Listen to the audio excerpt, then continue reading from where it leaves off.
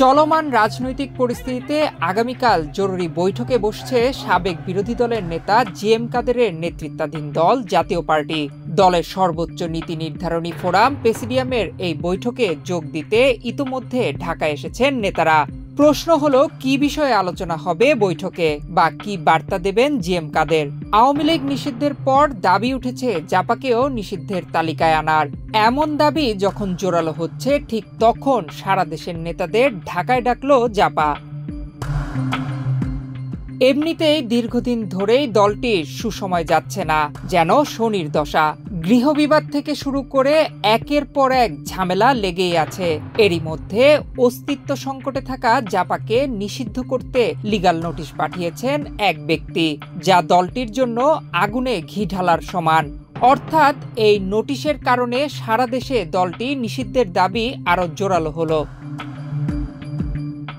দলীয় সূত্রে জানা গেছে, মঙ্গলবার বৈঠকের আলোচ্যসূচি ইতোমধ্যে চূড়ান্ত হয়েছে। দলের নিবন্ধন বাতিল, সারা দেশে অবস্থান জানান দিতে দলীয় কার্যক্রম বাড়ানো, নেতাকর্মীদের সক্রিয় ভূমিকা ও আগামী নির্বাচন।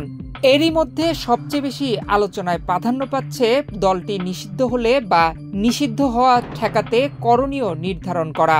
আসলে নিষিদ্ধের খড়গ থেকে বাঁচতে কি করতে চায় জাপা? জানা গেছে, দল রক্ষা বা নিষিদ্ধ হওয়া ঠেকাতে একাধিক কৌশল নির্ধারণ করতে পারে দলটি।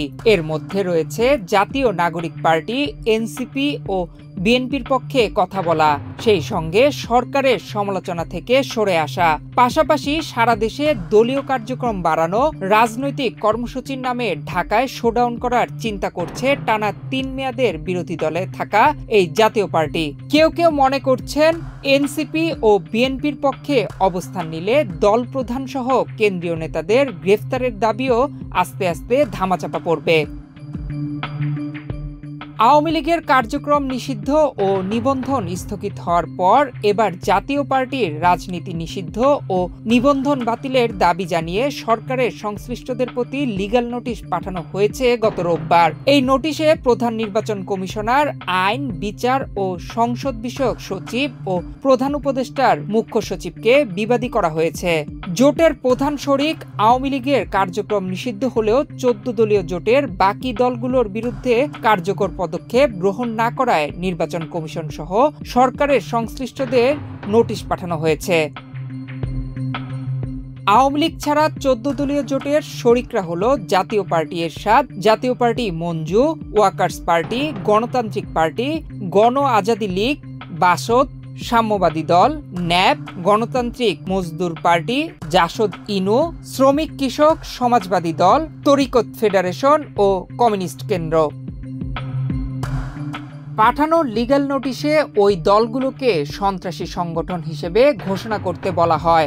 18 মে রোববার লক্ষ্মীপুরের বাসিন্দা ও জাতীয় নাগরিক পার্টির কর্মী পরিচয় দেওয়া হোসাইন মোহাম্মদ আনোয়ারের পক্ষে সুপ্রিম কোর্টের আইনজীবী সালাহউদ্দিন রিগান এ নোটিশ পাঠান। প্রশ্ন হলো, যদি দলটিকে নিষিদ্ধ বা নিবন্ধন বাতিলের প্রশ্ন আসে, তবে রাজনৈতিক শক্তি দিয়ে জাতীয় পার্টি কি তা মোকাবেলা করতে পারবে? যেখানে আওয়ামী লীগের মতো রাজনৈতিক শক্তি নিষিদ্ধ হওয়ার পর কোনো প্রতিক্রিয়া দেখাতে পারেনি, সেখানে জাতীয় পার্টি সরকারি সিদ্ধান্তের বিরুদ্ধে কোনো অবস্থান নিতে পারবে তা ভাবা একেবারেই অস্বাভাবিক। তাছাড়া দলটির আন্দোলন করার সাংগঠনিক সক্ষমতা নিয়ে প্রশ্ন তো আছেই। আওয়ামী লীগ নিষিদ্ধ গত 12 মে প্রজ্ঞাপন জারি করা হয়েছে।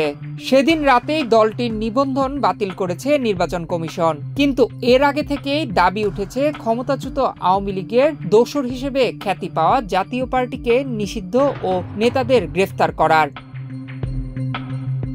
গত বছরের 5 মে ছাত্র জনতার আন্দোলনের মুখে টানা 4 মেয়াদে ক্ষমতায় আসা আওয়ামী লীগের পতন হয়। এরপর থেকে জাতীয় পার্টিকে ফ্যাসিবাদের দোসর হিসেবে আখ্যায়িত করা হয়। বিক্ষুব্ধ ছাত্র জনতা এক পর্যায়ে জাপার কেন্দ্রীয় কার্যালয়ে অগ্নিসংযোগ ও ভাঙচুর চালিয়ে টয়লেট নির্মাণের ঘোষণা দেয়। রাজনৈতিক দলগুলোর সঙ্গে সরকারের ধারাবাহিক সংলাপ শুরু হলে সেখানে একবার অংশ নেওয়ার সুযোগ পায় জাপা। এরপর ছাত্র জনতার আপত্তির মুখে দলটিকে আর সংলাপে ডাকা হয়নি। রাষ্ট্রীয় কোনো কর্মসূচিতে অংশগ্রহণ করতে দেওয়া হচ্ছে না। ইতোমধ্যে আওয়ামী লীগের পাশাপাশি জাতীয় পার্টি ও ১৪ দলের শরিকদের কেন নিষিদ্ধ করা হয়নি এ প্রশ্ন তোলা হয়েছে গণ অধিকার পরিষদের পক্ষ থেকে। সরকার আওয়ামী লীগের কার্যক্রমের উপরে একটি অস্থায়ী নিষেধাজ্ঞা দিয়েছে, তারপরেও আমরা প্রাথমিকভাবে এটিকে বিজয় হিসাবে উল্লেখ করে আমরা সরকারকে ধন্যবাদ জানিয়েছি। কিন্তু আমাদের প্রশ্ন, যে আওয়ামী লীগ বিগত জুলাই আগস্টে এদেশের মানুষের উপরে গণহত্যা চালিয়েছে, এদেশের ছাত্রদের বুকে গুলি চালিয়ে অসংখ্য ছাত্র জনতাকে হত্যা করেছে, যে অপরাধে আওয়ামী লীগকে আজকে আমরা অপরাধী বলছি, গণহত্যাকারী বলছি, ফ্যাসিস্ট বলছি, সেই একই অপরাধে আওয়ামী লীগের অন্যতম সহযোগী দোসর জাতীয় পার্টি এবং ১৪ দল তারাও দোষী।